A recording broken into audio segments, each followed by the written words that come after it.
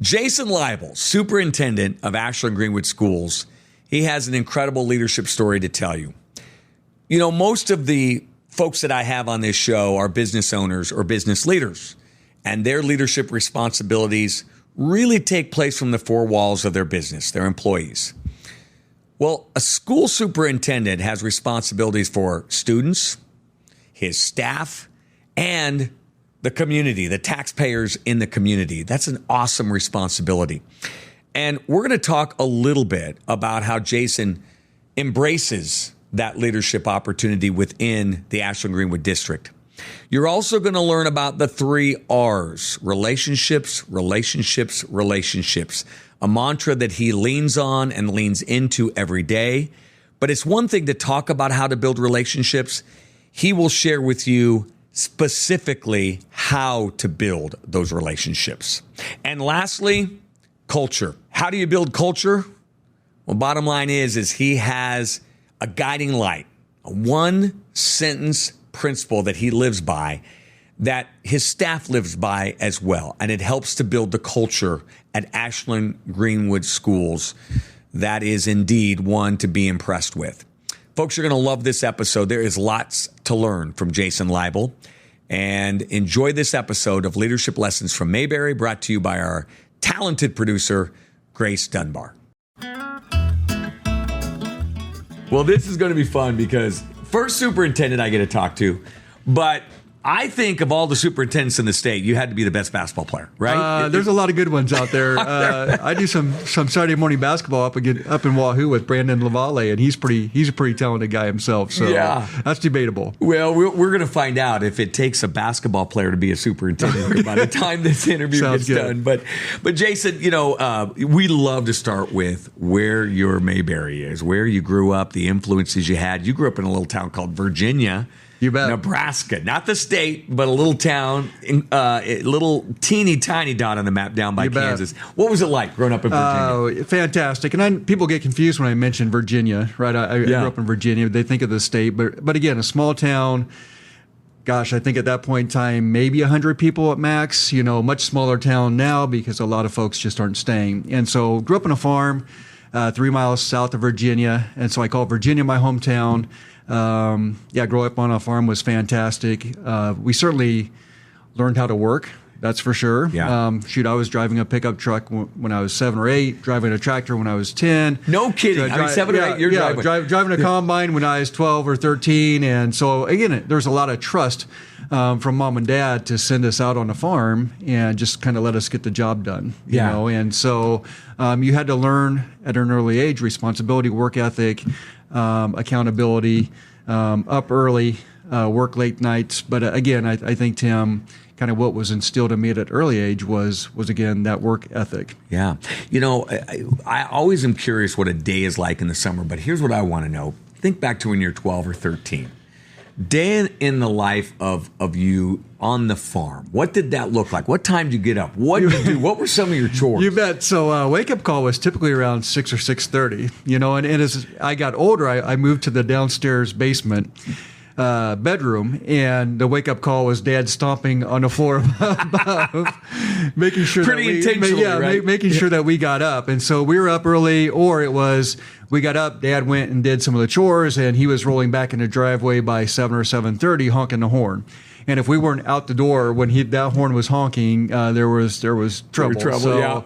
So and then it was getting into the field, whether we were in the springtime planting season, you know, running a cultivator, things like that. Or we also raised 150 head of cattle that we calved out, so it might have been tending to the cattle as well. But it was really nonstop. It was kind of interesting for me.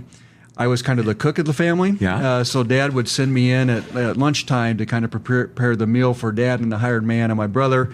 So another good thing is I learned how to cook at an early age. What'd you cook? Give me. Oh my gosh, it was pretty basic. To you get a can of spaghetti, you throw some hamburger in there, you dress it up. To we might throw something in the crock pot, throw something on the grill pretty early. But I definitely learned how to cook, and so that was another I guess thing I learned. And then it was during harvest season or planting season.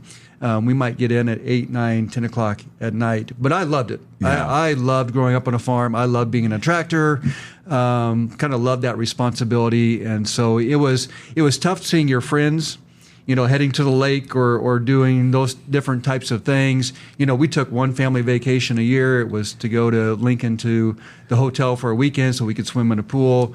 So at that point in time, it was hard because you didn't quite understand, but we certainly learned how to work. Yeah, but can they take the farmer out of you? Because I know I have seen you on a riding tractor or riding a lawnmower down at the football field on a Saturday afternoon. Right. In the summer times. It's hard to get that farmer out of you. It is, right. And that's kind of my therapy, and it kind of takes me back to those roots. It's certainly not the same as sitting in a tractor or a combine, but I love it. I love just being out there and feeling like you're getting something accomplished. The good news is, Virginia's an hour away, hour and 15 minutes away.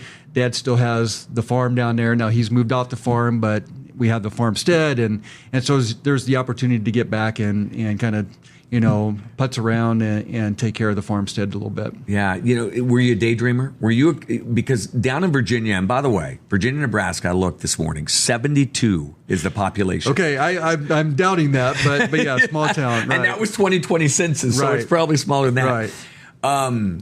So what did you do? Were you a daydreamer? Were you a reader? Were you just constantly going with sports? What was it like? Probably a daydreamer is a good way to put it. You had to have an imagination, right? I had an older brother that's 11, 12 months older than I was, so we played a lot, and a lot of that time we were playing farm, right? If we at a young age, sports were a big part of us as well. Dad was not only a farmer but a coach, basketball coach as well. So there was kind of this want to out of my brother and I to play basketball, but there's also this expectation as well. And so we had very little downtime, and so it was kind of nice that my brother and I could play one-on-one pickup games in the driveway and get some shots up. And then we also had access to the gymnasium as well with Dad coaching there. So that was a big part of our DNA growing up was athletics. Mm-hmm. Now, an interesting story here. You didn't coach against your father that I'm aware of. Well, you did actually coach against your father, but he actually coached against you when you were in high school. That is correct. That is a unique dynamic for any parent to go through and for a son to go through as well. I've got to hear more about what that was like. Very unique. Out of my two parents, Mom was probably the hardest on me as far as playing up to your ability and things like that. But again, having a father that through my freshman year at Lewiston, where I went to high school, was my PE teacher and basketball coach. And then he moved on to Table Rock, which was a neighboring district, and took the head boys job at Table Rock. So my sophomore through senior year, I got to play against my dad. And kind of some stories there. The Binder family from Table Rock, and they have kiddos at Auburn, successful very kiddos. Good. Todd and I were good friends, and I know we played Table Rock my junior year, and I attempted to guard Todd, and I think he scored 43 points. Well, defense wasn't your game. Defense was not part of my game. So he scored 43. They knocked us off my junior year. And in my senior year, we played down at Table Rock, and I was having a pretty good season. And I found myself playing against a box and one. So my dad put a box and one on me, and I didn't have a great game. But then we came back and played regular season, and we had some success against Table Rock and Dad. And then my first teaching job was at Southeast Consolidated, a small school. I student taught there and then was able to move into the head coaching position.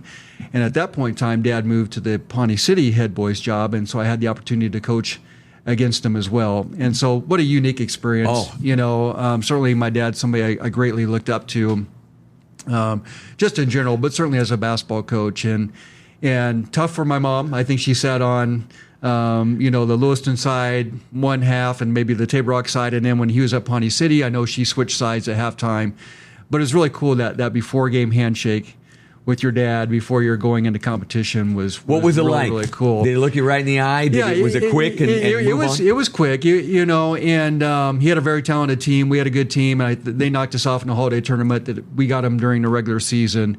And so, again, you want to have success, right? You want your team to win, but you're kind of caught in the middle because you also want your dad, who you love to death and you admire, to have some success as well. So it was just, again, I don't know that many people can say that they played against and coached against their father, but what a great experience it was. Exactly. I do have one question, though. We'll move on to this just because I'm fascinated by it. So when you're a sophomore, or the year they throw a boxing one on you, your senior year, right? You come home, dads and sons, right? They like to talk about the game. Here's what you did well. What was that? Did you have conversations, or was it just, hey, we're not going to go there? A little bit. They were pretty short and to the point, and there wasn't a lot of discussion. But Dad certainly let me know that it wasn't personal. Does that make sense? I mean, and again, I wasn't the most talented player growing up, but I did have some success, and I think he kind of outlined that for them to have success, they need to do something a little bit different against our team. And maybe something a little bit different against me as well. So I took that as much of a compliment that he could give. I took that as a compliment at that point in time. But really, probably my mom and I had more conversations about sports than Dad. I think he really tried to maybe separate that a little bit. You talked to me a little bit about your mother, and you said she was the one that taught you service, service people, service your community. Tell me a little bit about what she did to role model that for you. You bet. So Mom was a very successful professional in the banking industry. So we really grew up in Hickman. My dad's first coaching and teaching job was at Norris. And Mom had a great job at Nebraska Bank of Commerce, or National Bank of Commerce.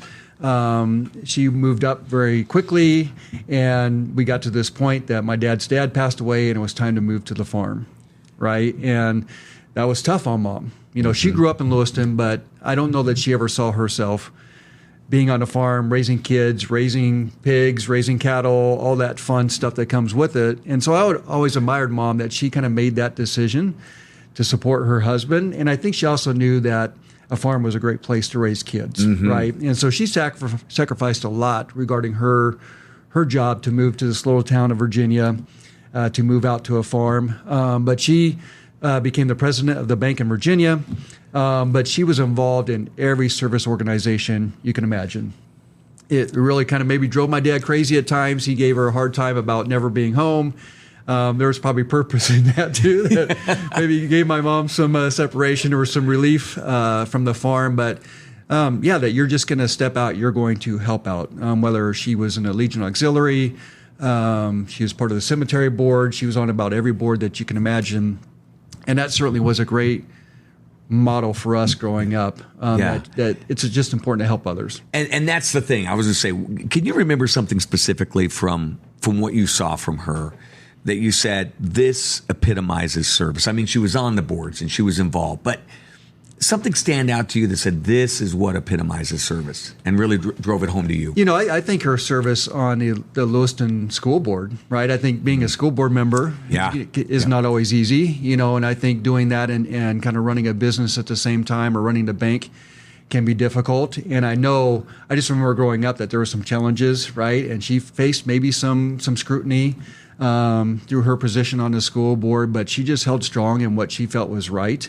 And I think it was something she could have easily backed away from, but she didn't, and she served on the board and served well for many, many years. And I'm proud to say that she is on the Lewiston Consolidated Schools Wall of Fame, and partly because of all the service that she provided. Yeah, well, both parents, amazing. And now let's talk about your path into the professional world. And it starts out working in the Nebraska Department of Corrections for 6 months. You graduate from college, and at this point, you're not thinking education, right? Not thinking education. Why the Department of Corrections? What was appealing to you? I graduated from Peru State College with a psych social degree, and probably didn't have a real strong idea of how I was going to use that degree. Social work, something in that capacity.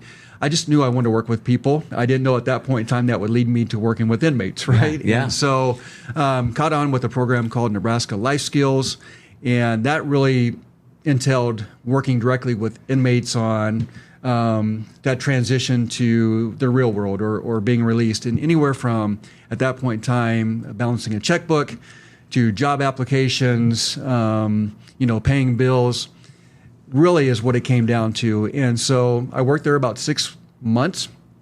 It was interesting. Weird to say, you do build some connections there.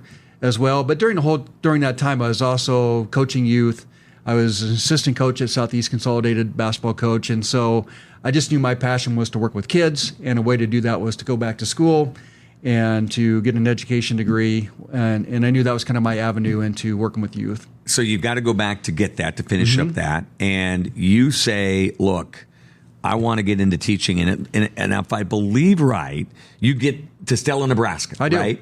What lessons did you learn from a leadership standpoint? I know you grew up in a small town, but now you're in a leadership role. You're coaching basketball. You're teaching. What lessons did you learn about small town coaching? You bet. I loved it because all the kids are involved, right? From an early age, a lot of strong parent support. But along those same lines is there's a lot of parent involvement, sometimes maybe not the most positive, right? And when you're working in a small town and you go to the grocery store, you go to the Pizza Hut, you're going to see those parents, right? And just understanding that not all those parents are maybe happy with you or happy with the job that you're doing or happy with their kids' playing time. But again, it all comes back to doing what's in the best interest of that kid and doing what's in the best interest of our program as well. I think a lot of lessons learned was that I didn't know a whole heck of a lot, right? I think you step into those roles and you think you have it figured out. And I think I had to figure out early and often that I need to reach out to some of my peers, had to reach out to my dad, some of my former coaches about how to be successful, right? Because you have a script going into it, and this is how I'm going to run my program, and sometimes that's just not effective. Right. Do you remember one thing that you went into in your first leadership job in coaching where you're like, I really thought this was going to work and it didn't and I had to pivot? Is there anything that stands out about that first time where you had to be humble enough then to reach out to your dad and others and say, hey, look, I had this plan and I got to take a detour real quick? I think thinking about those first years at Southeast and being a head coach, we had really great athletes. We had farm kids that knew how to work really hard, but probably weren't the most polished fundamentally. And so, going in and thinking, okay, we're going to throw in 16 different sets, right? We're going to run 3 different types of presses. We're going to put in these different types of press breaks to going, we need to get back to the fundamentals first. And so how do we do that is something that I really leaned on my dad. I had good assistant coaches. So we kind of had to build that foundation first before we could start throwing multiple things at you. You walk in there with a playbook that's 75 pages long, and the kids are gonna pick this up. But I learned early that it really starts with the fundamentals. And if we take that concept, because obviously we can apply that, now as superintendent, in every leadership role you've had, when do you know when you can start pushing more on your people? In other words, with your athletes, hey, they can only handle right now this much. Let's get to the fundamentals. But when do you know as a leader that, hey, I can push a little bit more here and give a little bit more to my team? Yeah, and I mentioned, in our conversations before this, it really comes down to relationships. I think that's the key of developing strong and powerful relationships. Once you can kind of build that foundation and get to know, maybe it's the athletes you're working with or the teachers you're working with, or maybe the teachers you're leading, or it's your administrative team. If you can build those relationships, you can kind of find out where they're at, right? Where they're at in their process. If that relationship doesn't exist, that's hard to figure out. And so for me, and maybe that stems from my mom and dad too, is just how critical it is to build those relationships. I remember my first teaching job, or when I moved to Wahoo, I was teaching in a behavior disorder classroom where I had 13 young men, grades 6th through 12th grade, with high needs kiddos that were pretty much in my room all day long, and stepping in with this idea or this philosophy that I was going to step in with kind of the iron fist, and I was going to be the man in charge, and they're just going to listen to me. I'm going to have the loud voice, and figuring out within the first probably 15 minutes that was not effective, right? And figuring out that how they were going to respond to me or how I was going to have success is to get to know them individually, build some connection. So I learned a lot about skateboarding. I learned a lot about cars and mechanics and things like that. But I think that was really a point in time in my career that I had this shift of, again, how important relationships are in this business. Yeah, and I want to talk a little bit more about that in just a second. But sure. You got your first real opportunity in leadership when you are at Wahoo. You go from working with your colleagues, on a lateral basis to getting promoted into an administrative position. Sure. And you said one of the first things you learned was how to go from being that colleague, right, to all of a sudden, in quotes, right, you are now a boss. Right. Walk us through, because there are so many business people, so many folks in education that are now in that role where they go from a salesperson to a sales leader, or again, a coach to an administrator. What advice do you give them to make that transition? Yeah, I think maybe I was naive to think that transition would just be pretty seamless and pretty easy, because again, I felt like I had pretty strong relationships with the folks that I had been working with my peers, with my fellow teachers. It wasn't that easy. Moving into then the role of a boss or the administrator, that can be challenging, and again, making sure that you understand that when people ask questions or maybe there's some pushback, that it's not personal, that it's maybe what they believe is what's in the best interest. Your father gave you, right? What's in the best interest of our kiddos, of our school district. And so again, I think I had to really become thoughtful about what I was saying now as a leader, what I was expecting now as a leader. I think the hard part is relationships can change as well, right? Some really close relationships. There was still a relationship there, but maybe they got fragmented a little bit, and I think that's just the nature. You have to be prepared for that as well. Ed Rostovsky was a great role model for me. He was a superintendent that really gave me my opportunity at Wahoo, and I leaned on him a lot about that part of it. Again, being a relationship person, and you kind of see maybe the separation or maybe a division there because now you're the boss and you're putting expectations on your friends. That can be challenging, right? But if you're truly going to be a leader, you have to have expectations. You have to hold people accountable, right? And I think so long as they know what you stand for, and we talk a lot about always putting the kid or the student first. I think if they understand that's where you're at and that's what your goal is and that's what you're about, those conversations can become a little bit easier. So I think it's really about communicating, again, your philosophy and what you stand for and what you believe in. I think if people understand where you're coming from, it helps them hop on board a little bit easier. Well, you're a colleague too, and there's that moment where you realize that, that likability, right, might not always be there. Like, hey, we were buddies, and now all of a sudden I'm in this role of leadership and responsibility.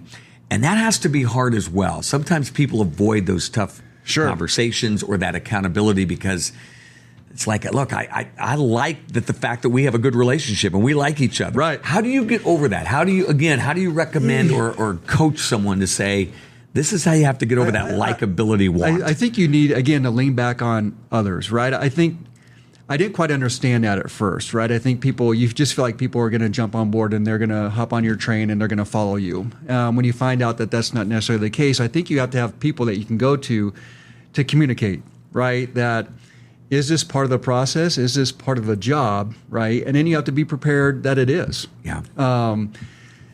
It's not always easy. Sometimes they can say that, administration can be a lonely place. And I think there is some truth to that. I don't fully buy into that because, again, I think you can still have some pretty strong connections and some strong relationships and still be a successful leader at the same time. But again, having conversations with my wife, coming home and saying, I had a hard conversation today, or I had to let somebody go from coaching today that I considered a really good friend.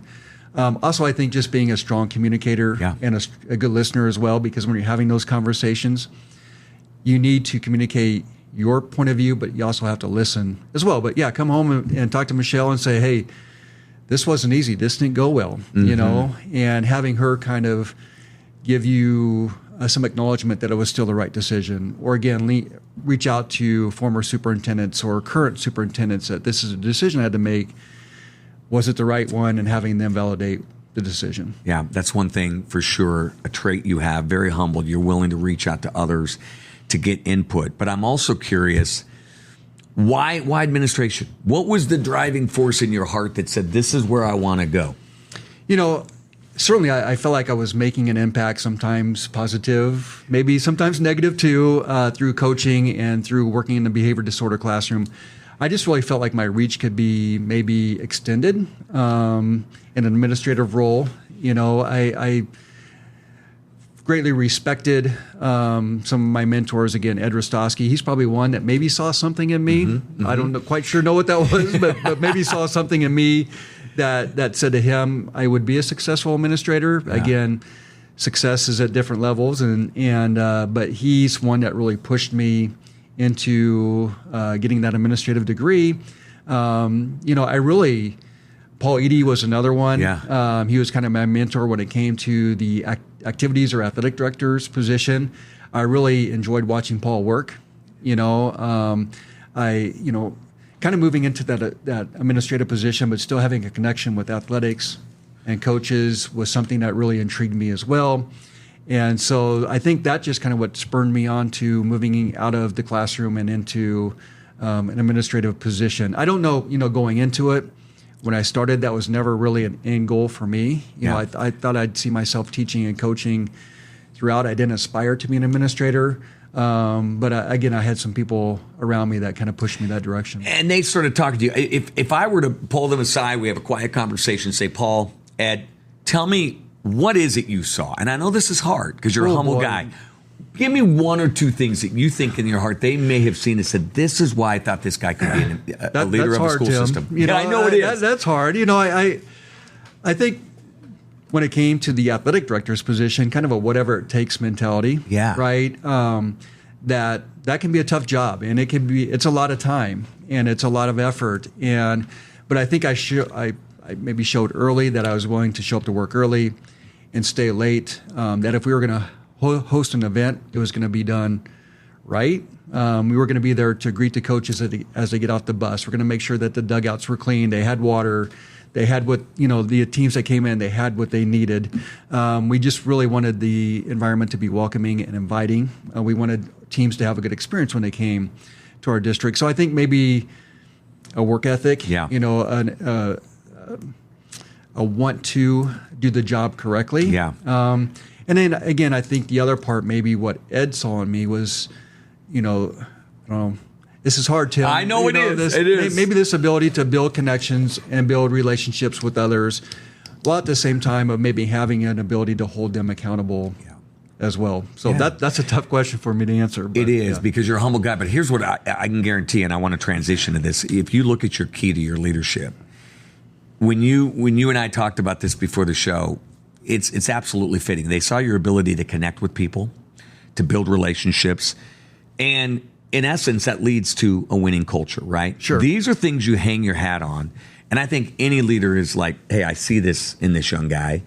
So let's start with the 3 R's, relationships. You say that is really the key of where it starts for you as a leader. But here's the thing, Jason. We can talk relationships. Mm-hmm. But now I want to know how you would say specifically, this is how you build a relationship with a salesperson if you're a sales leader, or your administrative person, or a teacher. How do you build that relationship? I think it takes calculated effort to do that. I think you have to be thoughtful.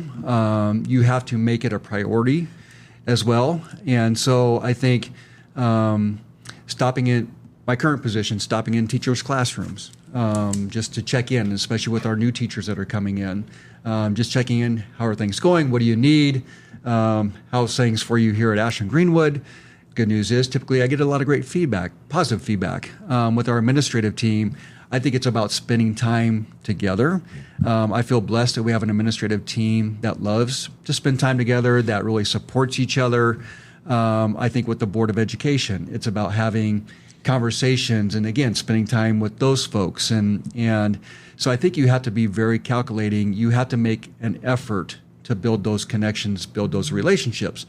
The challenge is sometimes you get pulled away from that. I think that's been a challenge for me over the past couple of years with new building, new construction, lots of meetings of maybe losing sight or getting pulled away from making those connections. Mm-hmm. And so again, going into this school year, that's been a point of emphasis for me, is to be more visible. And again, some of those things that you want to get accomplished during the day, you can get multiple emails and get caught up in doing different projects, and maybe waiting until you get home that evening to work on some of those housekeeping type activities or jobs that you got to do, and really focus on during the day building those connections. So that might be stopping out at lunch duty, visiting with the kids, and making a point to be at the front doors at the primary building as parents are dropping off their kiddos and giving high fives and giving fist bumps, to same process at the intermediate, to stationing myself in a hallway at the middle school, high school. I just think that you have to be very calculating. Yeah, no, without a doubt, very intentional. Mm-hmm. You talked about building culture, and one of the things I love, and I think this is so important for anyone, whether you're running a school or whether you're running a business.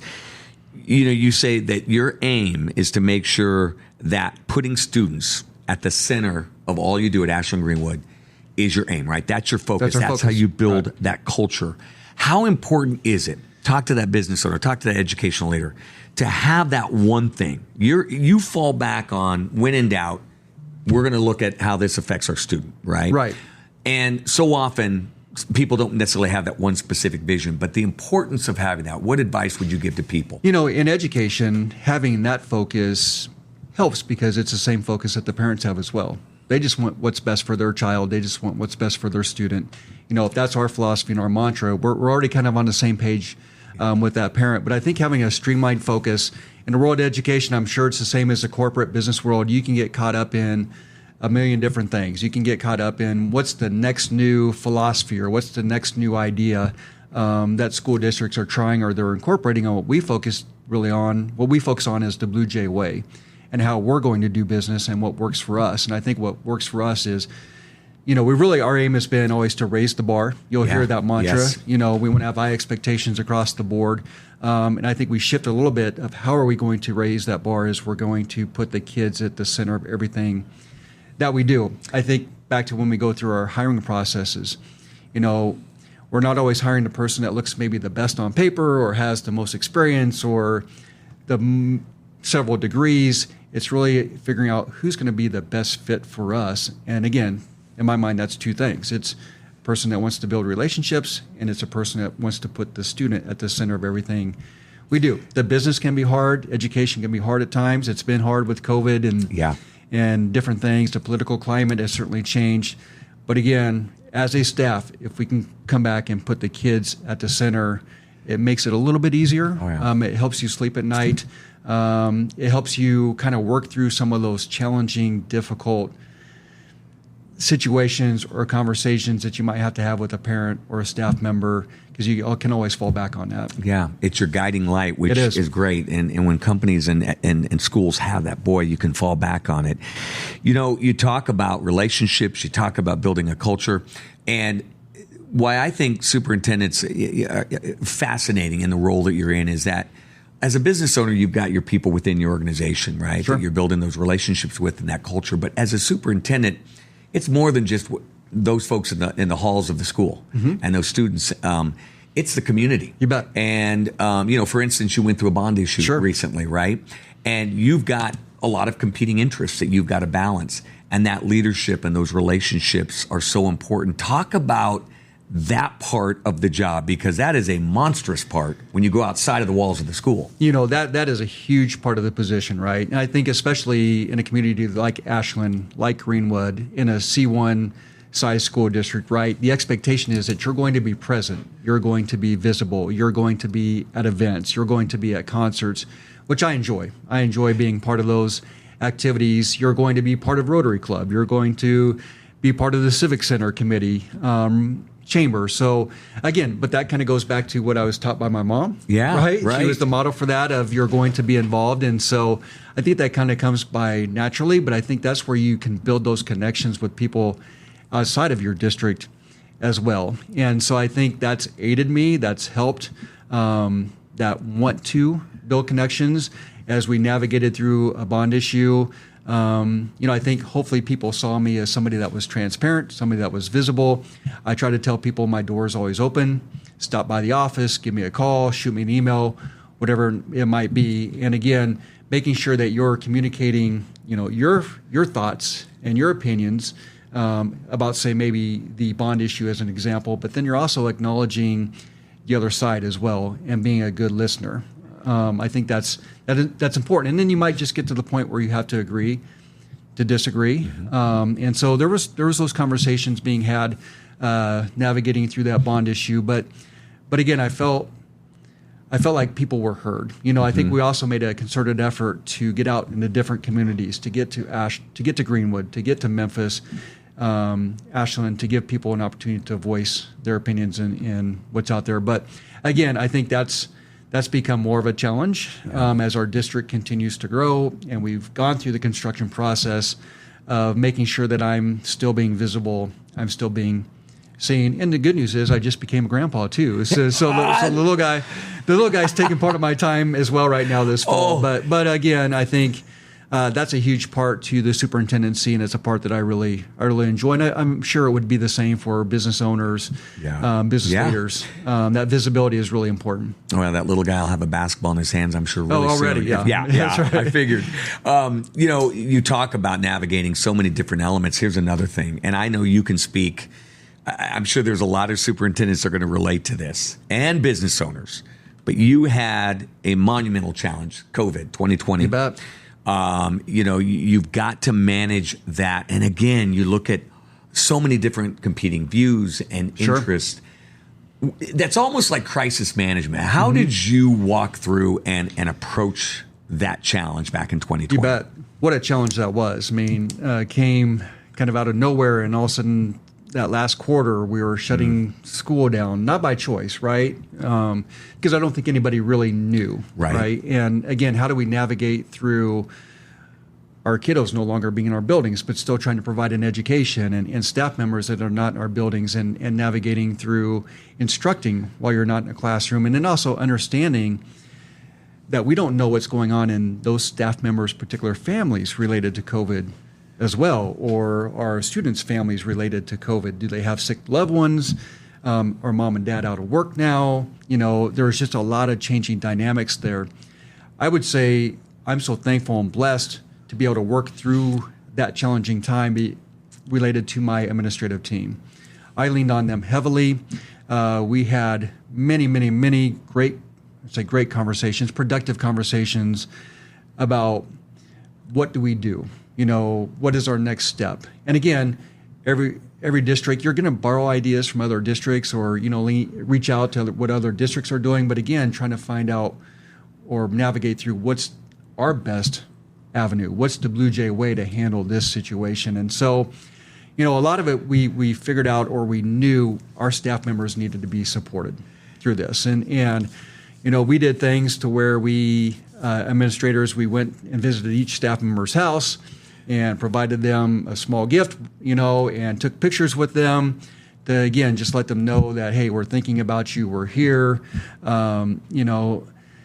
We try to provide resources to our students and our parents as well. I think we made a very concerted effort to try to simulate or parallel the education that they would be getting behind our walls when they're not there. Yeah. And then again, being understanding that we probably probably have a small understanding of the true impact of what's going on. Right. So without my team, Tim, they were huge. They were huge. And that is a perfect transition. Let's talk about your team, because I love part of your philosophy as well. You said, look, I hire great people, and then I let them come in and do their job. You bet. You've got 2 principals of the year in your districts. You've got Amanda Moon, a new principal here, came from the West Side District. Of course, Brad Jacobson in the high school. I mean, you have developed an amazing team. So let's start first off. When you say I hire great people and let them do their job, how do you balance that to make sure that you are giving that direction, but yet you also let them have and use their skills and their talents to run their departments fittingly? You bet. I want to be careful about when I say I hire great people. It really should be we hire great people, and that really stems from our administrative team. If we're hiring an administrative team, I want the other administrators involved in that hiring process. I want them to have a large say in who we're going to hire, because they're going to be directly working with that person probably the most. I want to make sure that my fellow administrators, my fellow team members, see that person being a good fit for our team as well. I try not to dictate what I believe is best or what I think is best or what I might even know about this person through past experiences. I really want them to be the driving force of who we're going to hire. Ultimately, it's my final decision, right, to make a recommendation to the board. But again, because there's such trust and value between each other as team members, I think we've been very successful. We have a very thorough hiring process for our administrators and our staff members that it really vets out the best people and, again, the right fit. And so it's funny when we kind of get to the end of the process, the hiring process, we're typically all on the same page about who that right fit might be. Whether it was Amanda, Dustin Detterding's been a recent hire. We moved Matt Flynn from the classroom to an administrative position. Brad was, a teacher coach in the district, moved into an administrative position successfully. Kristen Fangmeyer's a rock star. Megan Pohl. Yeah. We just got a great crew there. And again, I think it's because of our hiring process. And again, those folks are probably a lot more knowledgeable than myself, or they have a lot of great insight as well. So it would be a shame for me to not listen to them, to not take their input and say, no, we're going to take, this is who we're hiring. And again, I think it sets that person up for failure as well, right? If it's solely my decision and I went against the grain of what my administrative team wants. Yeah. Not to say that I don't have to do that at times, but it's really great to have a team that's on the same page. Yeah. You have this incredible team. Now, interestingly enough, you came over from Wahoo, Nebraska to Ashland-Greenwood. For those folks who are watching this show saying, hey, I don't know the dynamic there. Well, they're a little bit of a rivalry here. Sure. The Saunders County rivals. And, we know and love a lot of the folks over there. But without a doubt. Yeah. But it's been kind of a fun little rivalry over the years. So what was that like? I mean, to come in here as a Wahooligan, as we like to call them, into Ashland-Greenwood to a rival, because there is a little something there to balance. There is. Number one for me, when the position came open, I was happy with where I was at. I looked at a couple different administrative positions, but it really felt like it had to be the right situation because I was happy as a high school principal in a good district at Wahoo. But when the Ashland position came open, it's like, I got to jump at this, right? It just feels right. I knew a lot of the folks at Ashland. I had much respect for Dr. Peace and Dr. Kassebaum and Brad and just some of the coaches that I'd worked with during my time as athletic director at Wahoo. And so, again, it was just a very enticing position. And one of the things I always respected about Ashland-Greenwood was that relationship piece. I felt like I built strong connections without even being an employee within that district. But the other part is just that there's high expectations across the board, right? From academics to activities to athletics, there's just this high standard. And so I jumped at the position, of course, not knowing. I knew a lot about the district, not knowing if they were going to accept the Wahooligan from up north. And so, but again, through that process, just really try to be myself. When I got the position, we were ecstatic. Also, it gave the opportunity for us to live in Ashland. My wife, Michelle, still works in Wahoo, and so that worked out well. And one of the first things I ran into, I think Chuck Niemeyer or Dave Lutton, one of the two, and they were telling me about the county seat being stole in the middle of the cloak of darkness in the middle of the night, and I don't know, 18 something, and I kind of chuckled at that, but just figured out that they were serious about that county seat being stolen, and then just again the rivalry between the two districts. Now I think that rivalry has made the two districts really strong. I do too. Over the years, and I will say we've been accepted with open arms. Within the community, I'll get the ribbing every once in a while, especially if Wahoo comes down to play football or there's a ball game. I'll kind of get a ribbing a little bit, but no, it's been fun, and I feel blessed for where I'm at. Yeah. Well, I think there is a strong mutual respect too between the two programs. I think so. Yes, which some great friends over there. If you think back to where Ashland's come, I mean, you talked about the incredible administrative team that you've hired. It is a landing spot now, and Jason. 20 years ago for sure, it wasn't a landing spot. The district was, the town I grew up, and by the way, I'm an Ashlander. I'm love Ashland and I'm proud of it, but I grew up in the day where it was trash land, right? Sure. The school system wasn't necessarily terribly respected. And then all of a sudden you got some really strong administrators in there, and the school district changed. And now Ashland-Greenwood has become a landing spot. Tell me about the ability to recruit and how the with the community and the view of Ashland, now how it's changed over, say, the last 25 years. And again, I feel very blessed that I stepped into a situation that had prior great leadership, right? And what Dr. Peace was able to accomplish, and then Dr. Kassabaum, I stepped into a really good situation. And again, a lesson learned is don't come in right away and try to change or fix, especially if it isn't broken, right? That first year, I truly looked at as a gift. That was my opportunity to evaluate and to see and to really validate if what I knew about Ashland-Greenwood was true, and I was thankful that it was. And so really it was just carrying on the momentum that was already there. And so certainly there's great leadership within the community. I mentioned a couple of those leaders with Chuck and Dave. Again, what I heard early on about the community was that we want the community to change, right? We don't want to be known as that. Right. And that takes leadership and that takes fortitude. And I think the community has done that. Boy, if you look at our downtown, it's very progressive. Beautiful, yeah. School district wise, we talk about location, and obviously we're in a great location. That's part of it. But also I'm biased, but I feel like we have a great product to offer as well. That's why I think we have parents seeking us out, and we have educators seeking us out. The pool of educators is becoming much less, very slim, because the job is hard, and young people look at the starting wage and they don't look maybe at the full benefits, and so it's getting harder and harder to hire staff. However, I think, again, we're a landing spot. We're a destination point where we're seeing people seeking us out, which is thrilling, right? I mean, that to me, that says a lot about our district.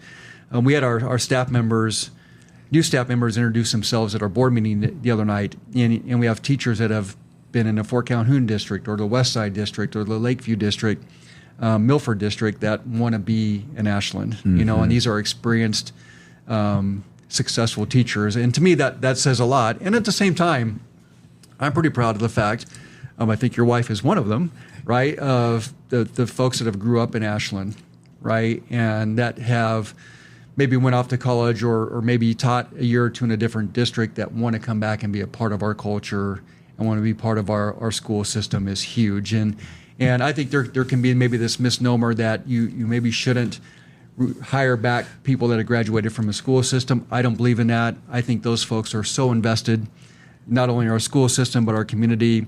And your wife, Jenny, certainly is a testament to that. And so again, I think, I think it's about what do you want to be. And we've had a lot of conversations, kind of through the budgeting process and just through the educational process of what do we want Ashland-Greenwood to be. Obviously, we want it to be the best. Yeah. Again, I'm biased, but I think we're building towards that. But again, that has very little to do with me. It has to do with my predecessors and my teammates. Yeah. Well, 23 years ago, we bought a lot out at Iron Horse in Ashland, Nebraska. And I'll never forget one of the developers saying to us that, well, we're not sure about the reputation of the school. Okay. And I said, boy, let me get you in touch with someone, because you got to know what Ashland-Greenwood's doing. That's the power of leadership, and that's the power of vision.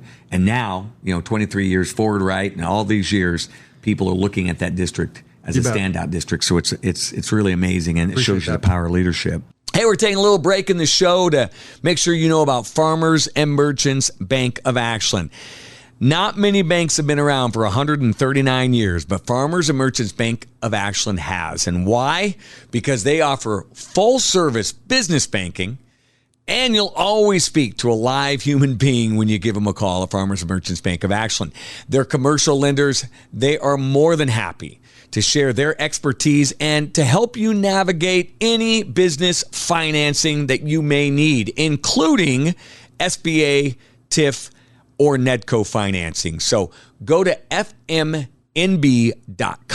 Right below me, you're going to see that website, or give them a call at 402-944-3316. Member FDIC and equal housing lender. One other thing, when I asked you this before we get to our 3 and out questions, when I said, what's the secret sauce? What makes Ashland-Greenwood special? You said, Tim, last Friday night on the fence at the Memorial Stadium, the players put the cups up that said family. You said in a heartbeat, that's what's our secret sauce is. It's family. Expand on that. You bet. I think we try to ingrain that in everything we do. Whether it's small things like I refer to our staff members as Blue Jay family members. If I'm sending out an email or a correspondence, I just want them to understand that we are truly a family here. I think we kind of do weekly challenges for our staff members to build connections with our students, but then also build connections with each other as well. So we really feel like a tight-knit family.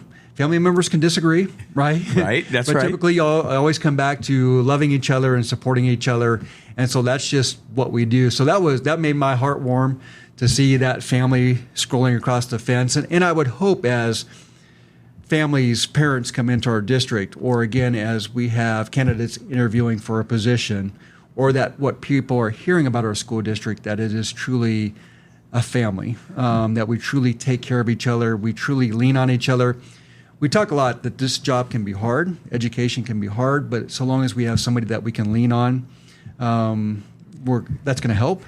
And at the same time, we talk a lot about we're going to work hard, but we're going to have fun as well. So we try to find different ways to enjoy each other's company, whether it's a golf outing or end of the year get together or Christmas party or just different themes during a week, again, to acknowledge each other and to enjoy each other's company. So again, I'm biased, Tim, but I just truly feel like it's a family-type culture and atmosphere. One of the challenges that we've talked about as an administrative team as we continue to grow, right, as we continue to break out into 4 buildings instead of 2, how can we continue to maintain that family-type culture? And I think we have a good vision, a good plan for that, and I think we will do that. That's already important. Working on it. And I know your daughter's off at college, and your youngest, and she had a tie-in to family, right? Did she have a tie-in to that story? Yeah, just going back to when she made that transition as an 8th grader, yes, right, and that can be challenging.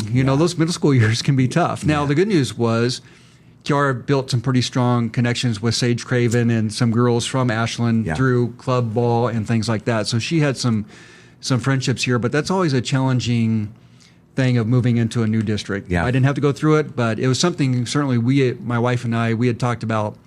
And however, I felt pretty confident about that transition because what I knew about the district, but you just never know. And she came in right away, and I think from day one, she was made to feel very welcome. Yeah. She was partnered up with some friends, some good friends. She had a really good class, and I think the staff members, extended a hand out to her too to make her feel welcome. The district allowed us to come down in the spring before I officially took the job. She spent a day or two just with what her classmates, her future classmates, and that was huge. The other thing I was going to say about Kiara, again, about our district, and I talked about high expectations.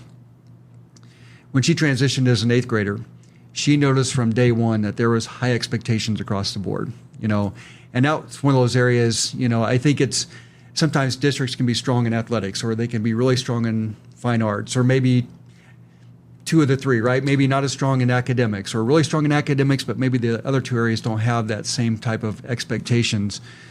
When she started school at Ashland-Greenwood, she noticed right away that academically she was going to get pushed. And not only was that music to my ears as a parent, it was music to my ears as an administrator as well. And I think that was just her experience all the way from 8th grade to graduation, that she got pushed, that her teachers had high expectations for her. However, she also knew that they cared about her. She could go to staff members and ask for help when needed. I think that really set her up for success beyond high school. And I think she's not the only one. I think that happens often within our district, but that was just, a personal experience.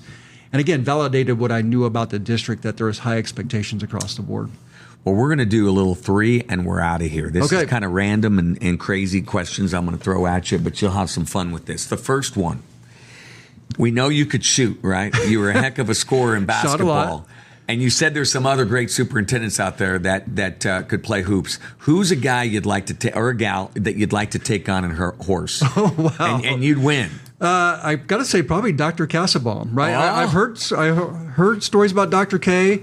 I don't know how good of a shooter he was. I know he was a banger inside. He was a strong, athletic dude. He played physical. Right, he's physical. So I'm not going to take it into the paint on Dr. Kassabaum, but again, he's a guy that I would love to just play one-on-one. I know he's probably in a lot better shape than I am right now, but he's a guy that I would like to challenge. The other one is a good friend of mine that moved back to the area, Colin Hacker at Louisville. Yes. Colin was the superintendent of Bruni Davenport. He's a guy I played against when he was at Odell, and you talk about a heck of a basketball player. Colin was a tremendous athlete, and so he's another one I'd like to one of these days just pick up the rock and say let's get after it. But I love it. This is great. Well, I saw a tweet one time where you said you're the only guy that could shut Cale Jacobson down. So let's put you back when you're 18 years old versus the 18-year-old Cale Jacobson who walked on in Nebraska. Ashland-Greenwood guy. You go up against him for 32 minutes. What do you hold him to? What do you hold him to? The old. Oh my gosh! And what does he hold you to? You're talking about back when I was in high school. Yeah. So you take your 18-year-old body versus his. I actually, despite what people think or understand, I was a pretty good defender in high school. Oh. And so, what I would try to do with Cale is to try to play off of him. Because I know physically I couldn't stop him getting to the rack, and hopefully that maybe he's not shooting the ball overly well that night. I try to draw 2 or 3 charges against him and maybe get him on the pine early. But if I could hold him under 25, I think that'd be a good day. That'd be a good day. I remember Todd Binder scored like 43 on me, Tim, and Todd was a good player. Very good player. Nothing against Todd, but Cale was probably a notch above. So again, my only hope would be again to slide my slow feet, get in position, draw some charges, and get them out of the game. I love it. We're going to finish on this one. That was a good one. Give me, since we're on a basketball theme, let's just finish. Give me the basketball coach. Could be your father. Could be someone we all know. We don't know. Could be someone famous. The basketball coach that you think, I don't care about their wins, but you felt like was the best leader as a basketball coach. I think one of our questions we talked about before the interview was a disappointment maybe. And again, I think a disappointment was, for me, is not staying connected with some of my former coaches and teachers. And so I have to give credit to Bill Bruin. Bill was my basketball coach at Lewiston when I came through the system there. And I don't know, I was a little bit tough to handle as a student and probably as a player as well. And so I got to probably thank, and I have thanked Coach Bruin for, again, putting me in a position I am today. He provided me a lot of guidance. He was very patient with me. He's one of those guys I probably learned from him was that having a relationship, but the ability to hold somebody accountable as well. Because he certainly held me accountable. I didn't always like it. I probably didn't understand it at the time. But because I respected him so much, he brought out the best in me. And again, I have to thank him for getting me probably off to college and, again, pursuing the dream of playing basketball. And he's somebody that I don't talk to enough, but somebody I can still lean on and connect with. So Bill Bruin and he was a successful coach, but he was more than just wins and losses. It was about building connections. Mm-hmm. Well, we will thank Coach Bruin. We're going to thank your parents and Ed Rostovsky and all those that helped you along the way. So glad you're at Ashland-Greenwood. But I know that your message resonates well beyond just folks in Ashland. There's so much that can take from the challenges you've had from COVID to, you name it, right? The leadership you provided at this school has been fantastic. So, well, I appreciate that, Tim. I don't know if I'm worthy to sit in this chair. I don't know if anybody got anything out of this.